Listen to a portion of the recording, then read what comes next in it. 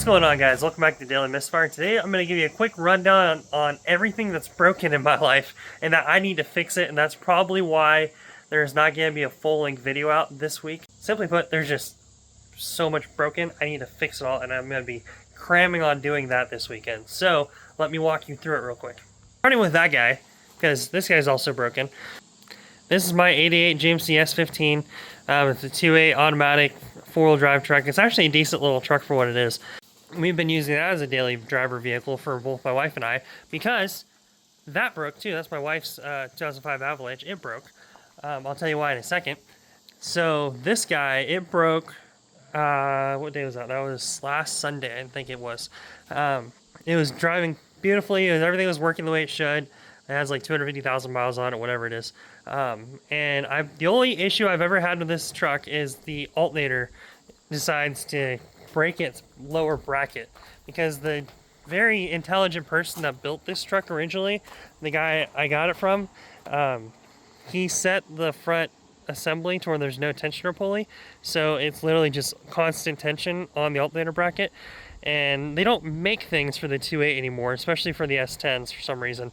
They just want you to LS swap them, apparently. What ended up happening is the top alternator bolt came off the bracket, and when it did that, it actually broke the aluminum mount that the alternator holds to. So we were in the parking lot at the rental car place when my wife and I went on our 2-year anniversary last weekend. We picked up a rental car, drove this over there, drove it home, went on our trip, came back, drove this back to the airport with the rental car to drop it off, and when we did that, that bracket broke, and I had to fix it in the parking lot at the airport, which thankfully we went to the civilian side of the airport, and there was really cool guys that I walked into the like the terminal, whatever you want to call it, their like lobby area they had for like the training, flight training and stuff like that, mechanic work and all that. And I walk in and just tell them, hey, I'm broke down your parking lot. I need a bolt in case you have one. If not, I just want to let you know, hopefully it's okay. I'll be here for a minute. And they walked me into the hangar, and I got a Ziploc baggie full of random bolts. And one of those bolts worked, and it fit, and we got back on the road. But that aluminum bracket is broken, so it squeals a little bit when you first start it, and I need to fix that. So I need to get some TIG welding done on that bracket, which is always fun. So yeah, the S15 is a little broken right now. We got to fix it. It's not bad. It's still drivable. I've just been driving our family's Yukon right there because it's there and it works perfectly. So no sense in trying to risk it for a biscuit for that guy. Nextly is my 1981 Crew Cab Dually. This guy has a 480 in it, and that's the issue that it's having right now. I was stupid, and it was throwing transmission codes like weak shift codes. So I pulled the main plug out of the transmission out, and when I did that, it pulled all the pins out of the plug, and they were all wrong, and so I had to rebuild that. And now it's throwing like solenoid and wiring codes because it's leaking through the shift, leaking through that main harness plug. So now I got to get it on jack stands, drop the pan. I need to redo that entire harness inside the transmission. That's fun. Yeah, so I got to do that. Dually's kind of out of action. It can roll around the property, but that's about it. That's kind of all she wrote. Thankfully, it did that after that guy broke. That is my wife's 2005 Z71 Avalanche, and it's it's a good truck. It doesn't have really hardly any rust in it. It's a 5.3, runs like a top. Everything works good in it except for the brakes. The brakes decided she went on just a little drive a couple weeks ago at this point, up to one of the mountains up this way, and the brake line broke because it was rusty. And there was, not that much rust in it, but the brake lines were rusted, and she started coming down the hill, and she had no brakes, and thankfully she pulled over, and there was this brake fluid dumping out of the side of the car. So, yeah, I had to redo brake lines on it, and I went to bleed the brakes, and the rear brake calipers, the bleeders on them were seized, and I literally can't get them off. So, no matter what I tried, I couldn't get them. So, there's one other thing I'm going to try before I do it, but I ordered a set of brake calipers for it, so hopefully those will fix it. It's just one of those steals. That's just, yeah. It also has O2 sensors I bought for it, and a MAF sensor and some other stuff it just needed because maintenance.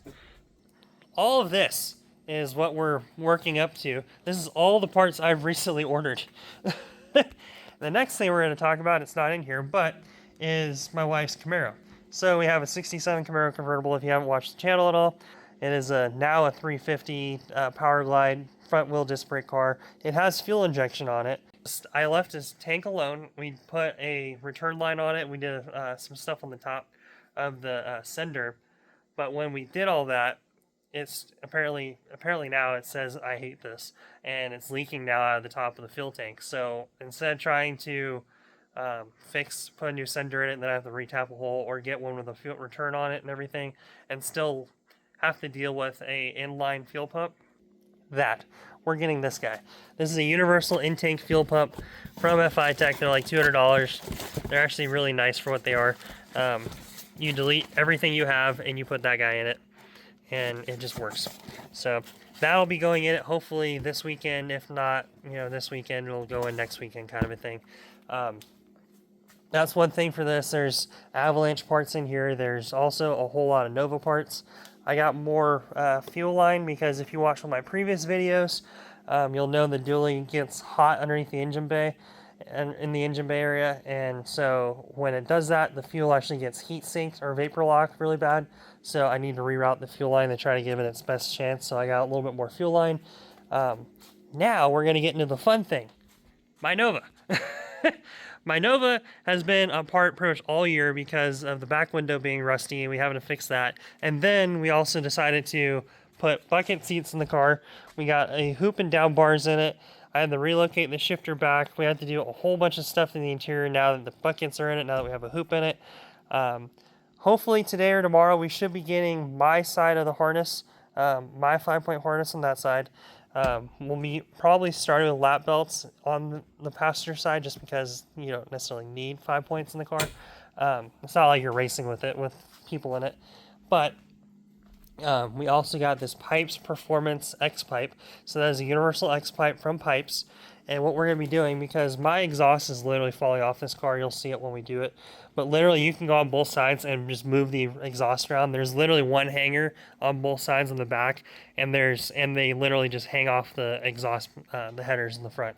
It's not good. So hopefully what we'll do is we'll drop all the exhaust out, we'll cut the back off that goes over the rear end, we'll leave that in the car.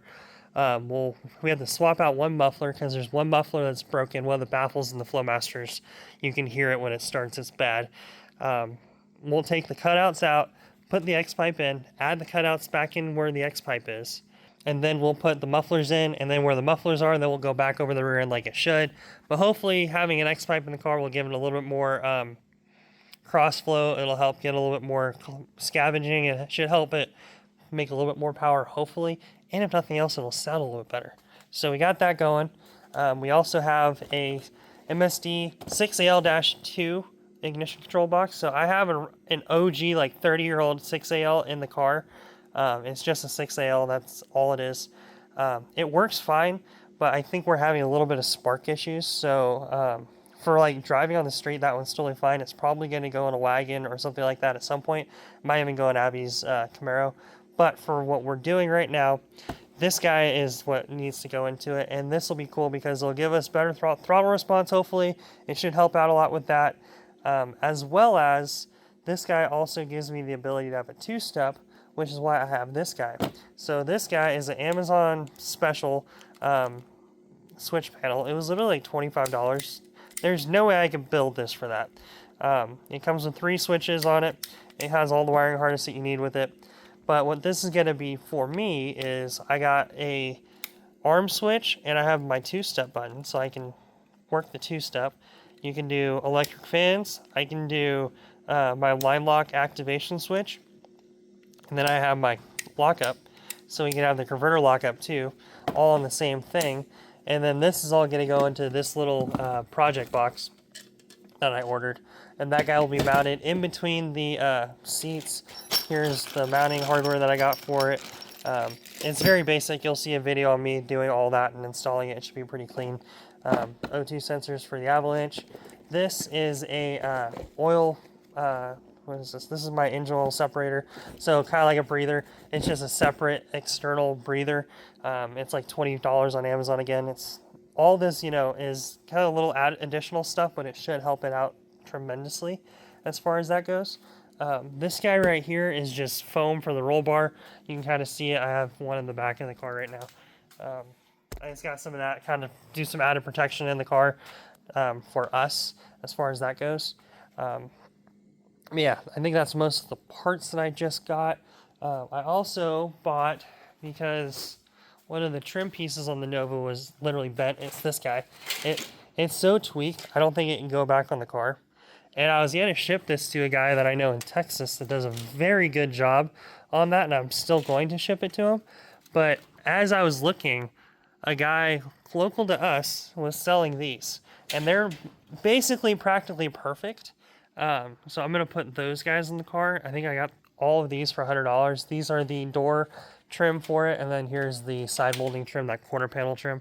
So I'll put those guys on. That should look really clean. It should help clean up the back of the car a little bit. But as far as that goes, there's all the main parts that I think we're going to do underneath the engine. As far as the engine itself goes, I have a new intake that we're going to be putting on it. That is a Holley Strip Dominator. It is sitting right there. You can see it. And then I also have a Milodon oil pan that we're going to be putting on. So I got to pull the engine out. We're going to detail the engine bay. We're going to rewire some of the stuff, get the MSD box wired in, get all that done.